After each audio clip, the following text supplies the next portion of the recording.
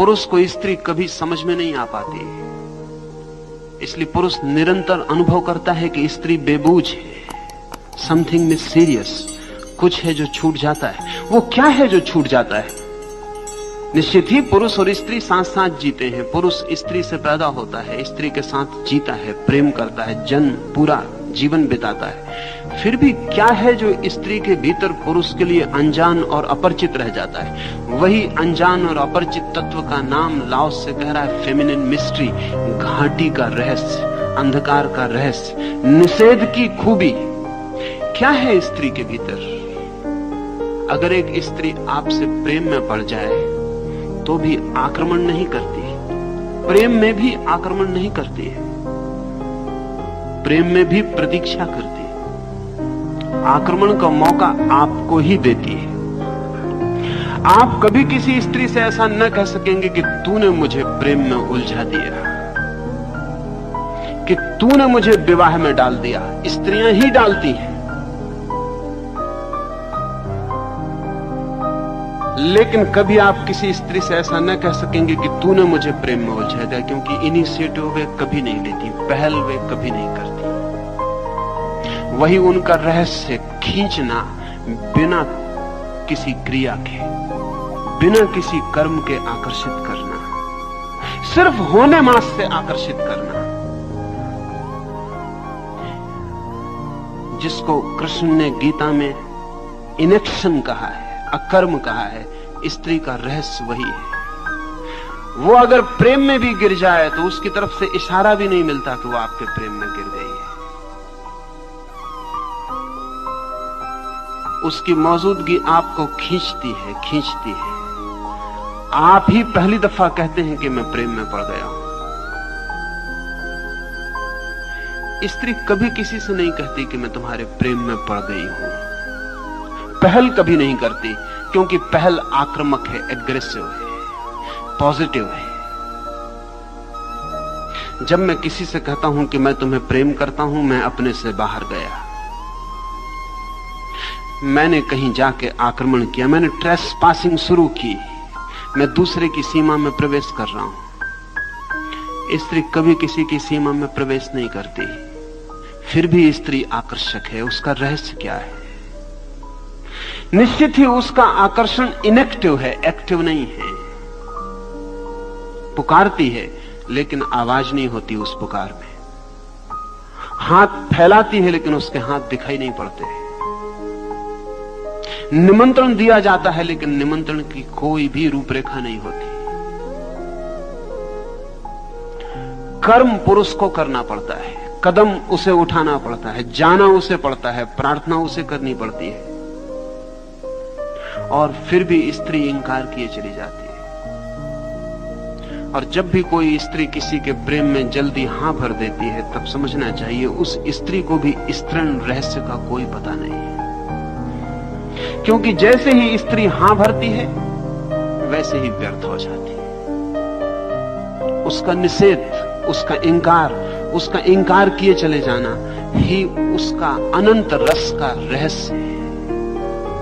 लेकिन उसकी नहीं कुछ ऐसी है जैसी नहीं पुरुष कभी नहीं बोल सकता, क्योंकि जब पुरुष बोलता है नहीं, कहता है नो, इट मीन्स नो, और जब स्त्री कहती नो, इट मीन्स यस। अगर स्त्री को नो ही कहना है तो वो नो भी नहीं कहेगी, क्योंकि उतना कहना भी बहुत ज्यादा कहना है।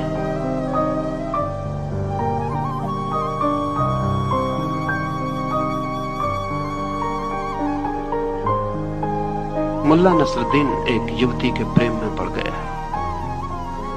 बहुत परेशान घर आके अपने पिता को कहा है, चिंतित उदास है।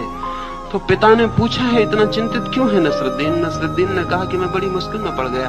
जिस स्त्री के पीछे मैं 9 महीने से चक्कर लगा रहा हूं, आज उसने सब बात ही तोड़ दी। पिता ने कहा तू ना समझ, स्त्री जब कहे नहीं तो उसका अर्थ नहीं नहीं होता है। नसरुद्दीन ने कहा वो तो मैं भी जानता हूं, लेकिन उसने नहीं नहीं कहा। उसने कहा कि तू कुत्ता। नहीं उसने कहा ही नहीं।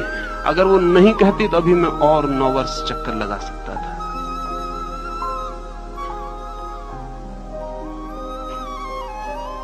उसने नहीं भी नहीं कहा है, उतना भी रास्ता नहीं छोड़ा है।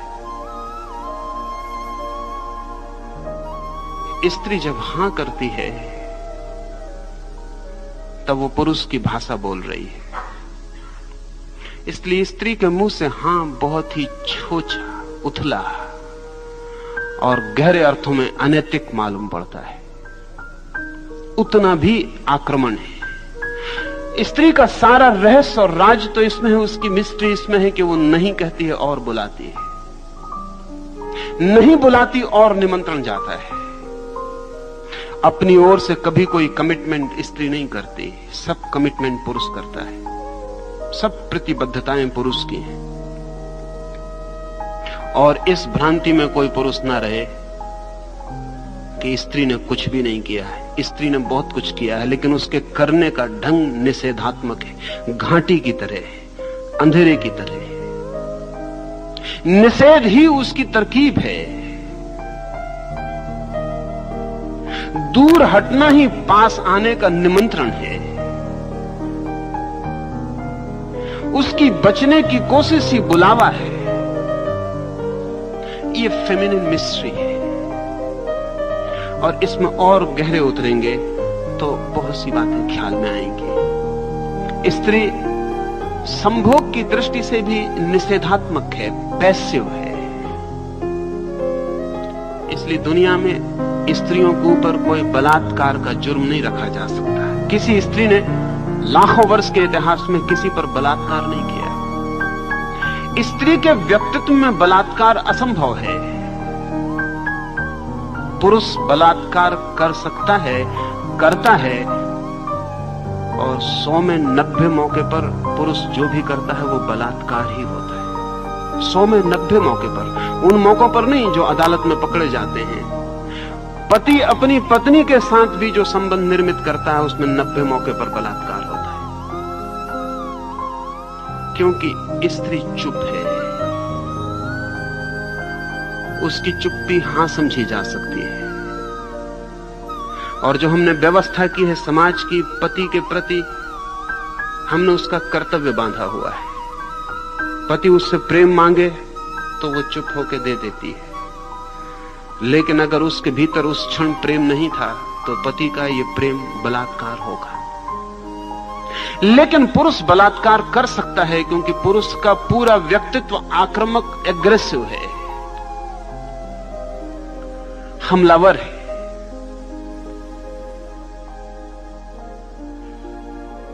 स्त्री का व्यक्तित्व रिसेप्टिव, ग्राहक है। यह न केवल व्यक्तित्व बल्कि शरीर की संरचना भी प्रकृति ने ऐसी ही की है कि स्त्री का शरीर केवल ग्राहक है, पुरुष का शरीर आक्रामक है।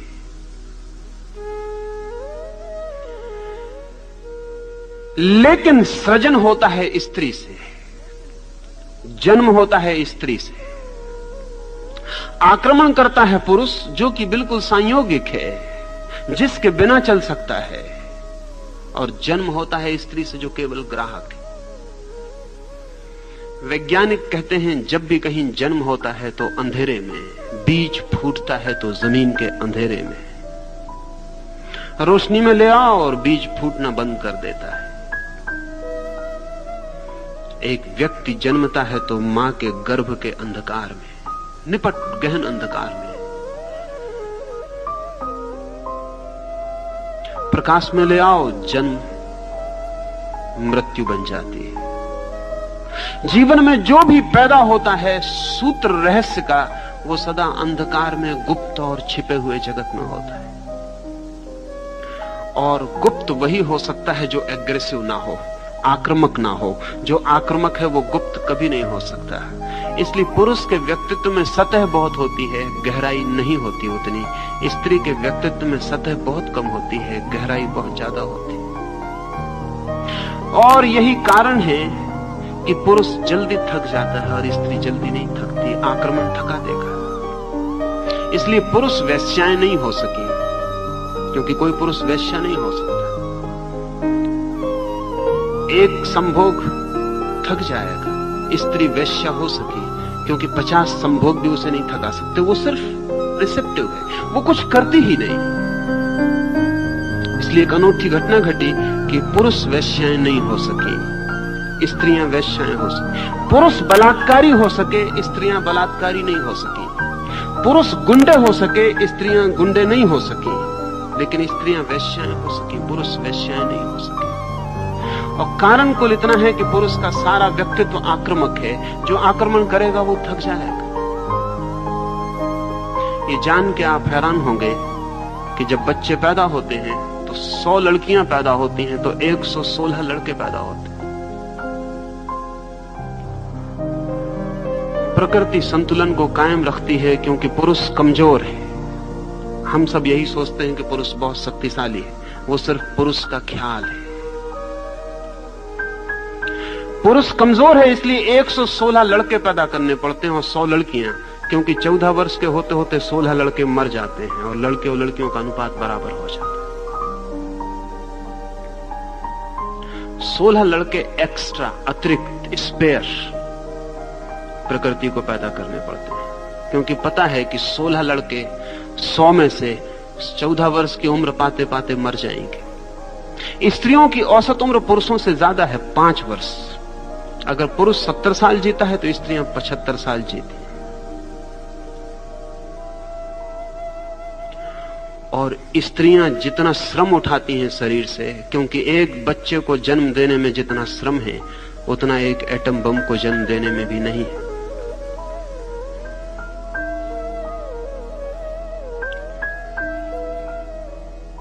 एक स्त्री 20 बच्चों को जन्म दे और फिर भी पुरुष से 5 साल ज्यादा जीती है।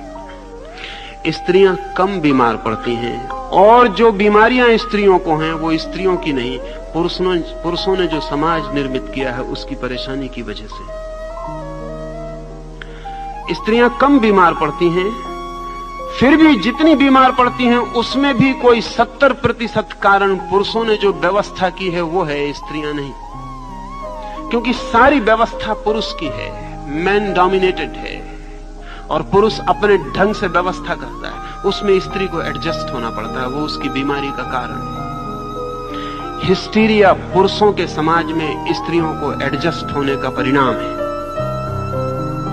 अगर स्त्रियों का समाज हो और पुरुषों को उसमें एडजस्ट होना पड़े तो हिस्टीरिया इससे 5 गुना ज्यादा होगा। करीब करीब सारे पुरुष पागल हो जाएंगे। वो स्त्रियों का रेसिस्टेंस है, प्रतिरोधक शक्ति है कि वो सब पागल नहीं हो गई।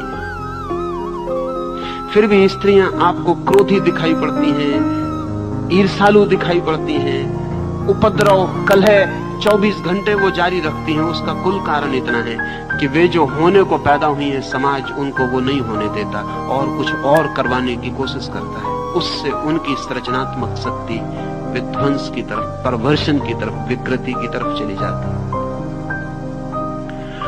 और पुरुषों ने स्त्रियों को इतना दबाया और इतना सताया तो आमतौर से लोग समझते हैं, स्त्रियां भी यही समझती हैं कि स्त्रियां कमजोर थीं इसलिए पुरुषों ने इतना सताया। मैं आपसे कहना चाहता हूं, जो जानते हैं वो कुछ और जानते हैं।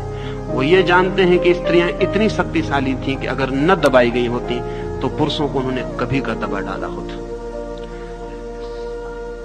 उनको बचपन से ही दबाने की जरूरत है, नहीं वो खतरनाक सिद्ध हो सकती है।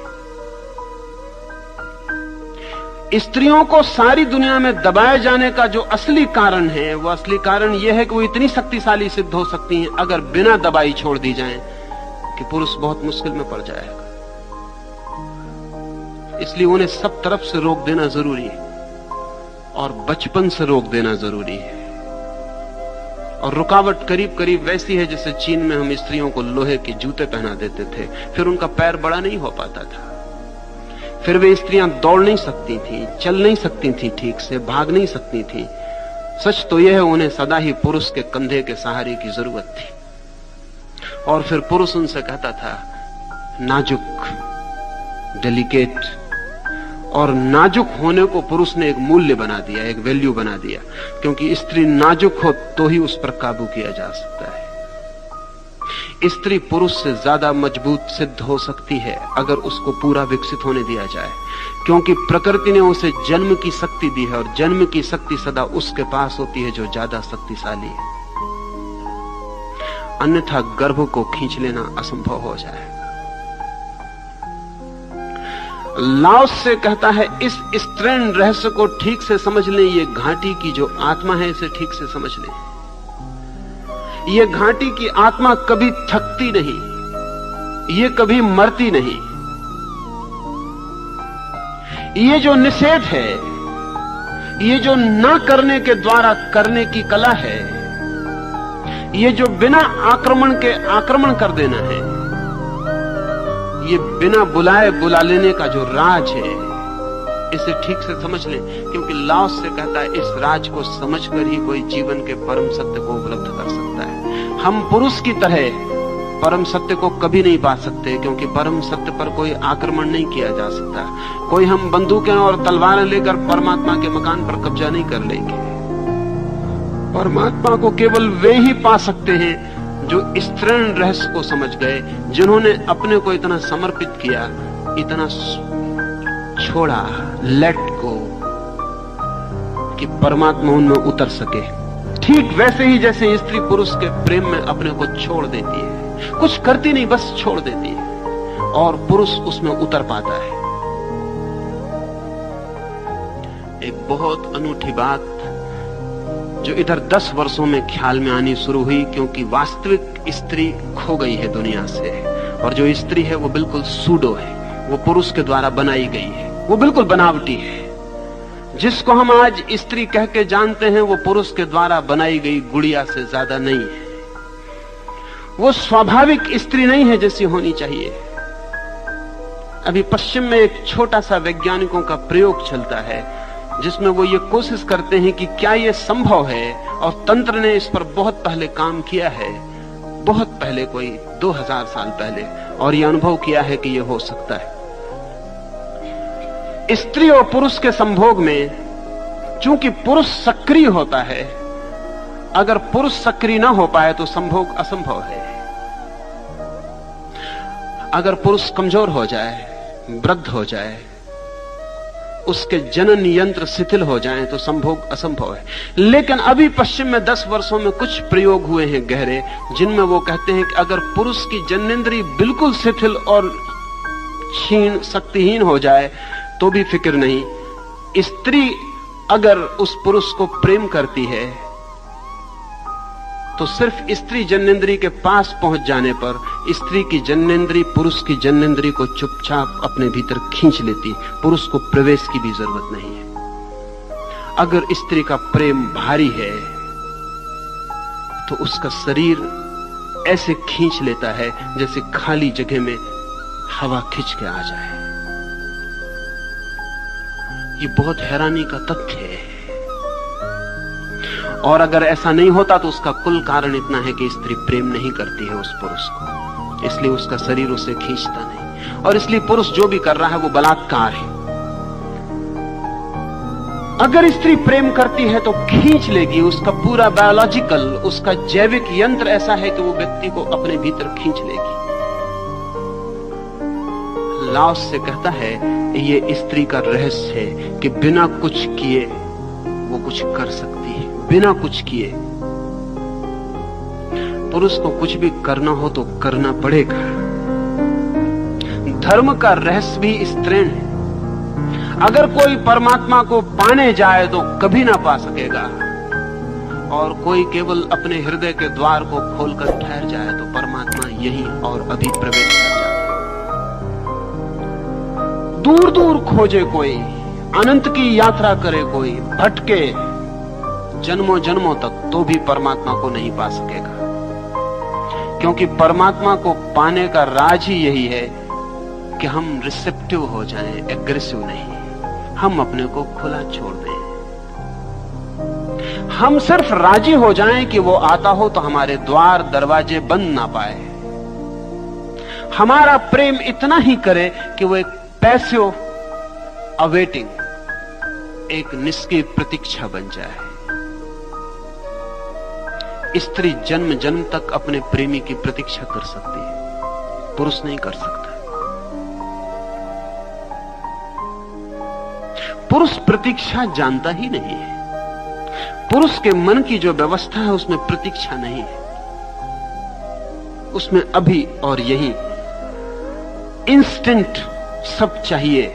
इंस्टेंट काफी भी, इंस्टेंट सेक्स भी, अभी। इसलिए पुरुष ने विवाह ईजाद किया, क्योंकि विवाह के बिना इंस्टेंट सेक्स अभी संभव नहीं है।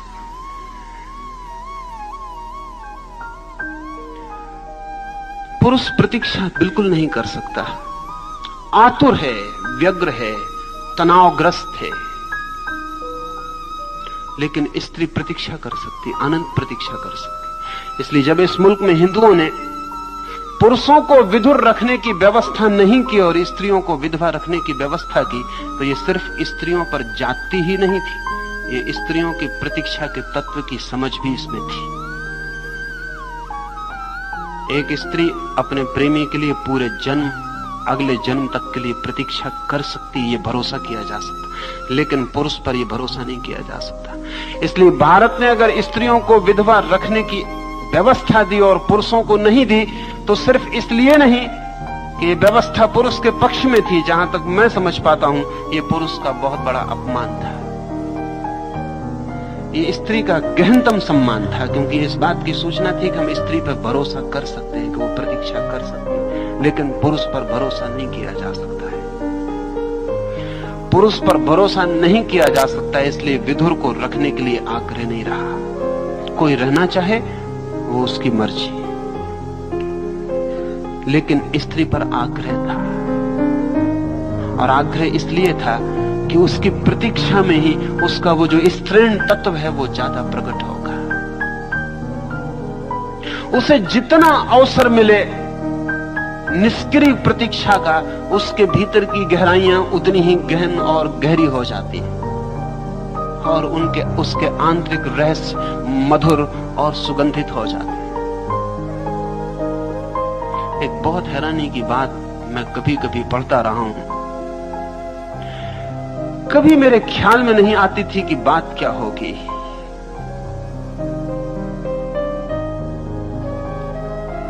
कैथोलिक प्रीस्ट के सामने लोग अपने पापों की स्वीकृतियां करते हैं, कन्फेशन करते हैं।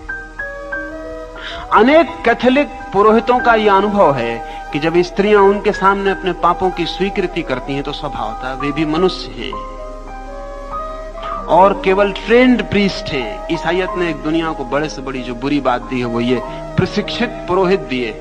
कोई प्रशिक्षित पुरोहित नहीं हो सकता, प्रशिक्षित डॉक्टर हो सकते हैं, प्रशिक्षित वकील हो सकते हैं, लेकिन प्रशिक्षित पुरोहित नहीं हो सकता। उसी तरह जैसे प्रशिक्षित पोएट कभी नहीं हो सकता। और अगर आप कविता को सिखा दें और ट्रेनिंग दे दें और सर्टिफिकेट दे दें कि यह आदमी ट्रेंड है कविता में, तो वो सिर्फ तुकबंदी करेगा, कविता उससे पैदा नहीं हो सकती। पुरोहित भी जन्मजात क्षमता है, साधना का फल है, उसे कोई प्रशिक्षित नहीं कर सकता। लेकिन ईसाइयत ने प्रशिक्षित किए, ट्रेंड पुरोहित हैं, उनके पास डिग्रियां हैं, उनमें कोई डीडी है, डॉक्टर ऑफ डिविनिटी है। डॉक्टर ऑफ डिविनिटी कोई नहीं होता, क्योंकि सर्टिफिकेट पर जो डिविनिटी तय हो जाएगी वो डिविनिटी नहीं हो सकती। वो क्या दिव्यता होगी जो एक स्कूल सर्टिफिकेट देने से तय हो जाती हो। तो पुरोहित के पास जब स्त्रियां अपने पापों का कन्फेशन करती हैं तो ये कन्फेशन बहुत टेम्पटिंग हो जाता है, स्वाभाविक। जब कोई स्त्री अपने पाप का स्वीकार करती है और एकांत में करती है तो पुरोहित के लिए बड़ी बेचैनी हो जाती है। स्त्री तो हल्की हो जाती है, पुरोहित भारी हो जाता है। लेकिन कैथोलिक पुरोहितों का एक वक्तव्य मुझे सदा हैरान करता था, वो ये कि विधवा स्त्रियां ज्यादा आकर्षक और टेम्पटिंग सिद्ध होती। मैं बहुत हैरान था कि ये क्या कारण होगा। असल में विधवा अगर सच में विधवा हो तो उसके सौंदर्य में बहुत बढ़ती हो जाती है, क्योंकि प्रतीक्षा उसके स्त्रीण रहस्य को गहन कर देती।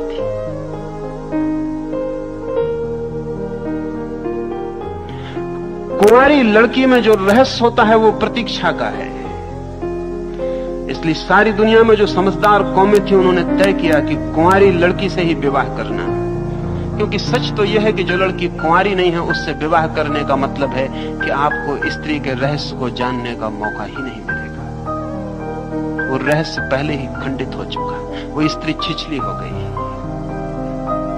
उसने प्रतीक्षा ही नहीं की है इतनी जितनी प्रतीक्षा पर वो भीतर का पूरा रहस्य में फूल खिलता है।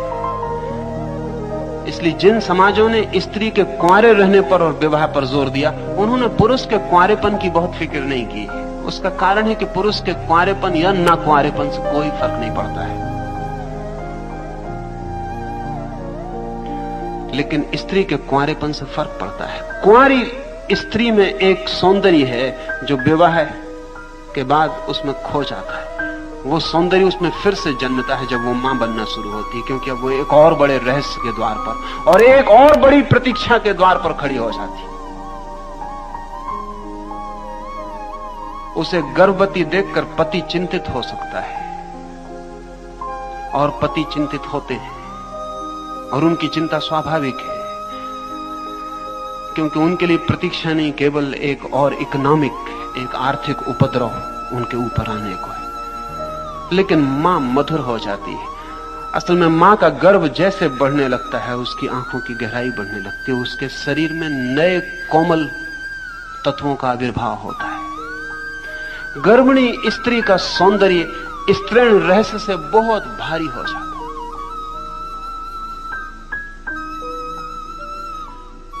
ये क्या होगा रहस्य? ये पैसिविटी इज द सीक्रेट। अब मां बनने के लिए कुछ उसे करना तो पड़ता नहीं।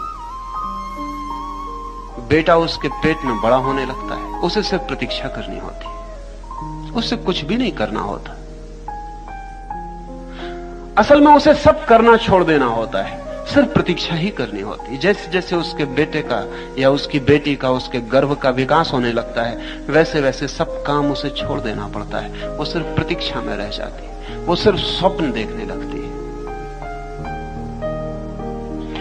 इसलिए अगर सारा काम स्त्री छोड़ दे बच्चे के जन्म के करीब, तो वे स्वप्न देख सकती है जो उसके बच्चे के भविष्य की सूचनाएं होंगे। इसलिए महावीर या बुद्ध की मां के स्वप्न बड़े मूल्यवान हो गए।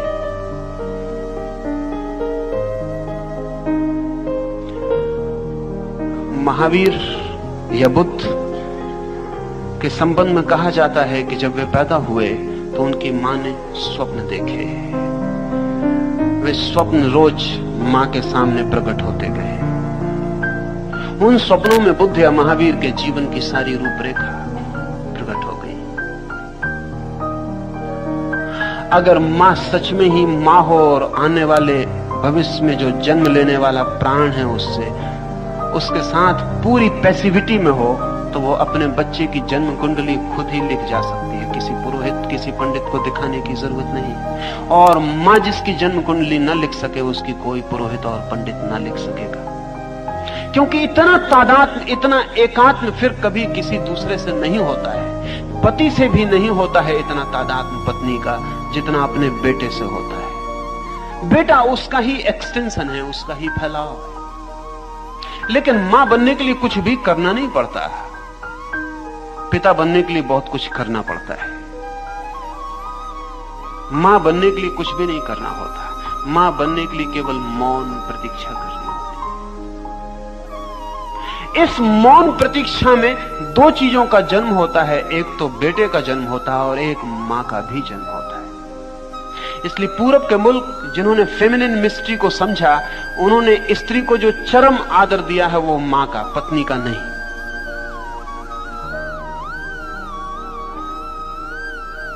ये बहुत हैरानी की बात है।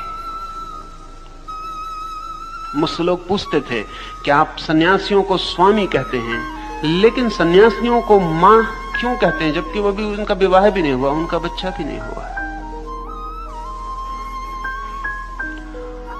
असल में मां का संबंध स्त्री की चरम गरिमा से है। वो अपनी चरम गरिमा पर सिर्फ मां के क्षण में होती है।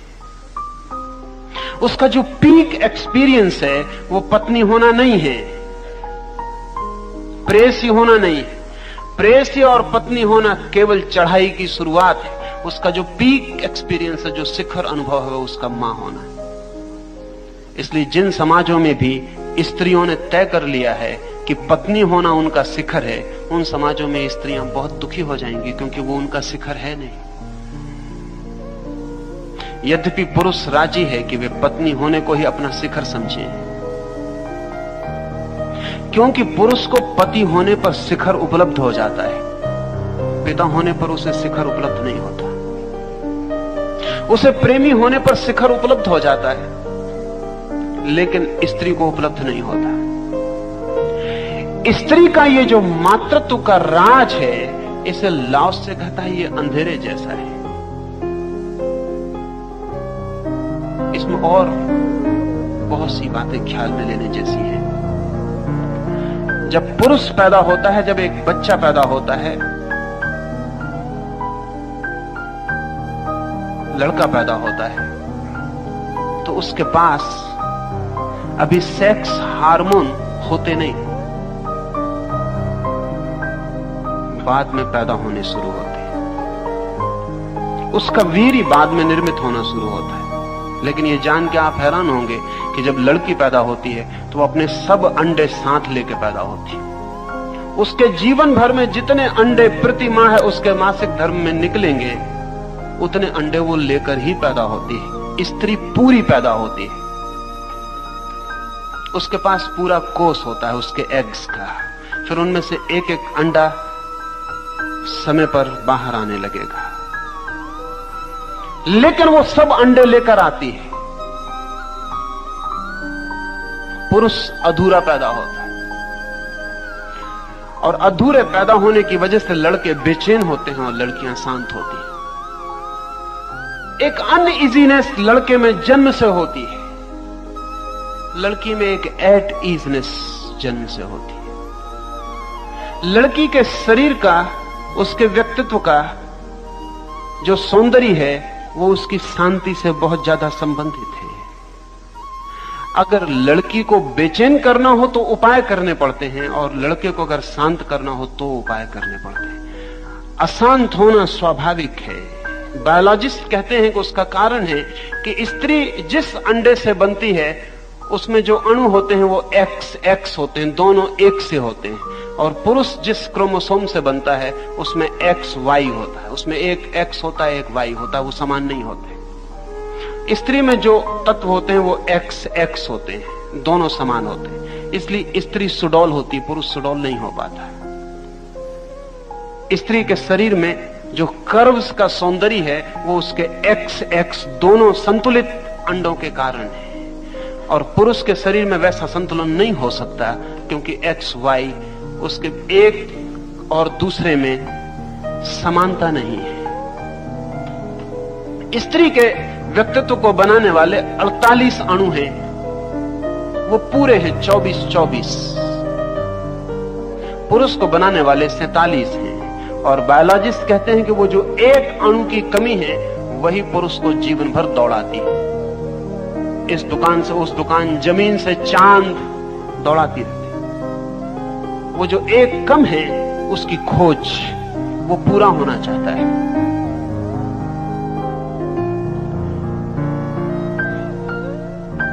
ये जो स्त्री का संतुलित, शांत, प्रतीक्षारत व्यक्तित्व है, लाओस से कहता है ये जीवन का बड़ा गहरा रहस्य है। परमात्मा स्त्री के ढंग से अस्तित्व में है, पुरुष के ढंग से नहीं। इसलिए परमात्मा को हम देख नहीं पाते, उसे हम पकड़ भी नहीं पाते। वो मौजूद है जरूर, लेकिन उसकी प्रेजेंस स्ट्रेंड न होने जैसा है। उसे हम पकड़ने जाएंगे, उतना ही वो हमसे छूट जाएगा, उतना ही हट जाएगा, उतना ही उसकी खोज मुश्किल हो जाएगी। अस्तित्व स्त्रीण है, इसका अर्थ यह है कि अस्तित्व में जो भी प्रकट होता है अस्तित्व में पहले से छिपा है। एक, जैसा मैंने कहा, स्त्री में जो भी पैदा होगा वो सब पहले से ही छिपा है, वो अपने जन्म के साथ लेकर आती है सब, उसमें कुछ नया एडिशन नहीं होता।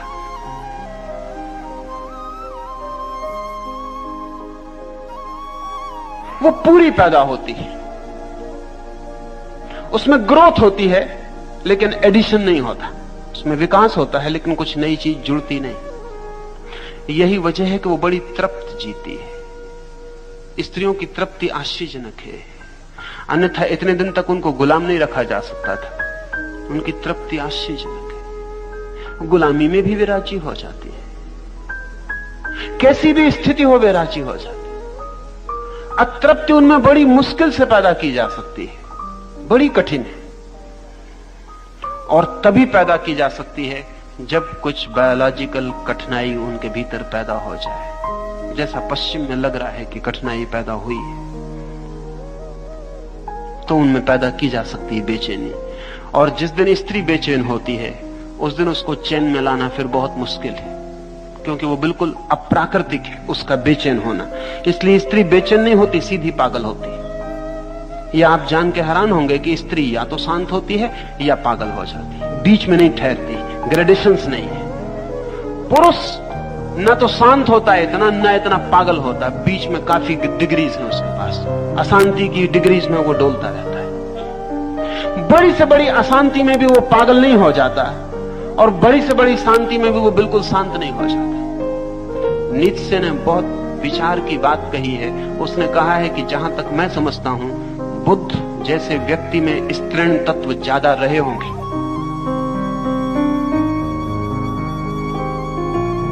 बुद्ध को वुमेनिस कहा है नीत्शे ने, और मैं मानता हूं कि इसमें गहरी समझ है। सच यह है कि जब कोई पुरुष भी पूरी तरह शांत होता है तो स्त्रीण हो जाता है, हो ही जाएगा, हो जाएगा इसलिए कि इतना शांत हो जाएगा कि वो जो पुरुष की अनिवार्य बेचैनी थी, वो जो अनिवार्य अशांति थी, अनिवार्य तनाव था, वो जो टेंशन था पुरुष के अस्तित्व का, वो खो जाएगा। यही वजह है कि हमने भारत में प्रतीकात्मक रूप से कृष्ण की, बुद्ध की, महावीर की दाढ़ी मूछ नहीं बनाई है। ऐसा नहीं कि नहीं थी,